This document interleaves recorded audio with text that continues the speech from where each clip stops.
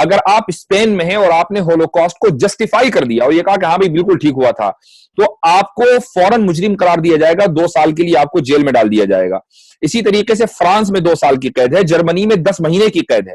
تو یہ وہ ممالک ہیں جو اپنے آپ کو فریڈم آف ایکسپریشن کا چیمپئن کہتے ہیں. اب آئیے انڈیا میں, آپ ذرا کسی جج کے خلاف کوئی ریمارک پاس کر کے دکھائیے, ایک دم کنٹمپٹ آف کورٹ کا آپ کے اوپر جو ہے کیس ہو جاتا ہے. کیوں ہوتا ہے بھائی؟ کیوں آپ کو فریڈم آف ایکسپریشن حاصل نہیں ہے؟ اگر آپ فریڈم آف ایکسپریشن کے اتنا ہی بڑے چیمپئن ہیں تو آپ کسی جج کے خلاف یا انڈیا کے جو لا سسٹم ہے, جو جوڈیشری ہے, اس کے خلاف کیوں نہیں بول سکتے؟ اب آئیے, بلاسفیمی کا جو قانون ہے وہ صرف اسلامی ملکوں میں نہیں ہے بلکہ خود انڈین لا میں, آئی تھنک میرے ذہن سے نکل رہا ہے, آئی تھنک 256A جو دھارا ہے وہ اسی لیے ہے کہ اگر آپ کسی مذہبی شخصیت کی توہین کرتے ہیں, کسی مذہب کی توہین کرتے ہیں اپنی اسپیچ کے ذریعے, اپنی گفتگو کے ذریعے, تو آپ قانوناً بک ہو سکتے ہیں. تو یہ تو انڈیا کے قانون میں بھی ہے. یہ الگ بات ہے کہ کہیں کسی ملک میں بلاسفیمی کا قانون تھوڑا سخت ہوتا ہے, کہیں تھوڑا نرم ہوتا ہے, لیکن قانون تو ہر جگہ ہے. تو اس لیے یہ کہنا کہ بلاسفیمی جو ہے وہ فریڈم آف ایکسپریشن کے خلاف ہے, پہلے تو آپ یہ ثابت کریں کہ فریڈم آف ایکسپریشن کب سے ہے اور ہر ملک میں انلمیٹڈ فریڈم آف ایکسپریشن کیوں نہیں ہے. اگر لمیٹڈ ہے تو پھر وہ اسلامی ملکوں میں بھی ہے. اب میں ایک چیز اور کہتا ہوں کہ فریڈم آف ایکسپریشن کا تعلق کسی کی توہین کرنے سے, کسی کی بے عزتی کرنے سے, کسی کی کو کرٹیسائز کرنے سے نہیں ہے, یا کسی مذہب کا مذاق اڑانے سے نہیں ہے, بلکہ فریڈم آف ایکسپریشن جو ویسٹرن کلچر میں آیا ہے وہ ایک پولیٹیکل کانٹیکسٹ میں آیا ہے کہ بھائی کسی بھی پارٹی کو یا کسی بھی رولر کو, ہیڈ آف دا اسٹیٹ کو یہ اختیار نہیں ہونا چاہیے کہ وہ کچھ بھی کرے اور کچھ بھی کہے, بلکہ عام لوگوں کو اس سے سوال کرنے کا حق ہونا چاہیے. یہاں سے فریڈم آف ایکسپریشن دراصل یورپ کے اندر چلا. اب آپ یہ دیکھیے کہ اسلام میں اس طرح کا فریڈم آف ایکسپریشن یورپ میں تو بھی 200-300 سال سے ہے, اسلام میں 1400 سال سے ہے. حضرت عمر رضی اللہ عنہ جو مسلمانوں کے خلفاء میں ایک بہت مضبوط مقام رکھتے ہیں اور جن کی جو گورننس ہے اس کی مثال آج بھی ویسٹرن فلاسفرز دیتے ہیں.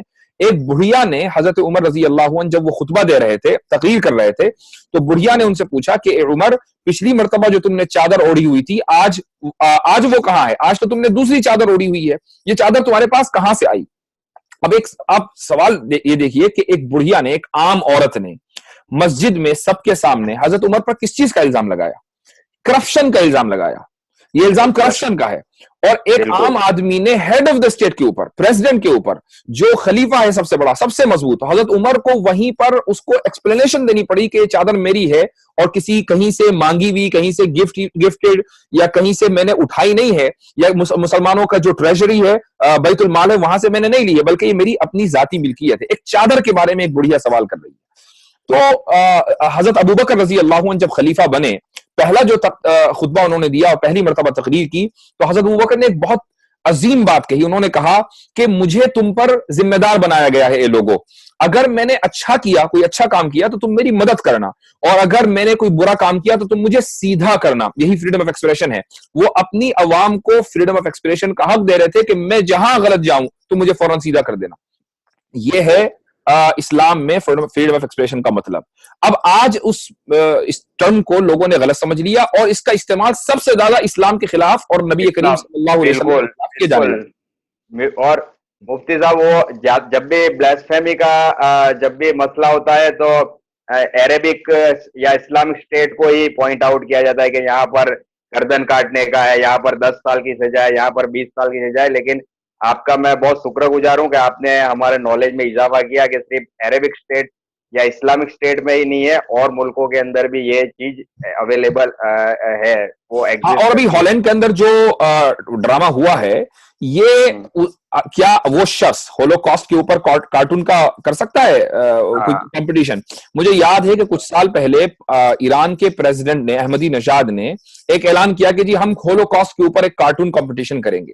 وہ کچھ لوگوں نے اس کے اندر پارٹیسپیٹ کیا, لیکن وہی ویسٹرن ورلڈ, وہی لوگ جو فریڈم آف ایکسپریشن کے سب سے زیادہ بڑے چیمپئن بنتے ہیں, انہوں نے پوری دنیا کو ہلا کر رکھ دیا تھا. ہر جگہ میڈیا میں صرف یہی تھا کہ ایران میں ہولوکاسٹ کے اوپر کارٹون کیوں بن رہے ہیں.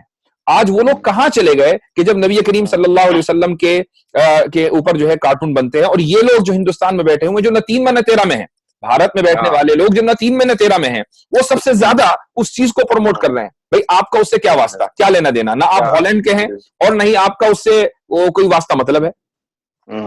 اور یہ بھی مفتی صاحب جو یہ کارٹون وغیرہ بناتے ہیں وہ جان بوجھ کے, مطلب مسلمانوں کو پرووک کرنے کے لیے بناتے ہیں. اس کے بعد obviously اس کا یہ تو یہ اس کے پیچھے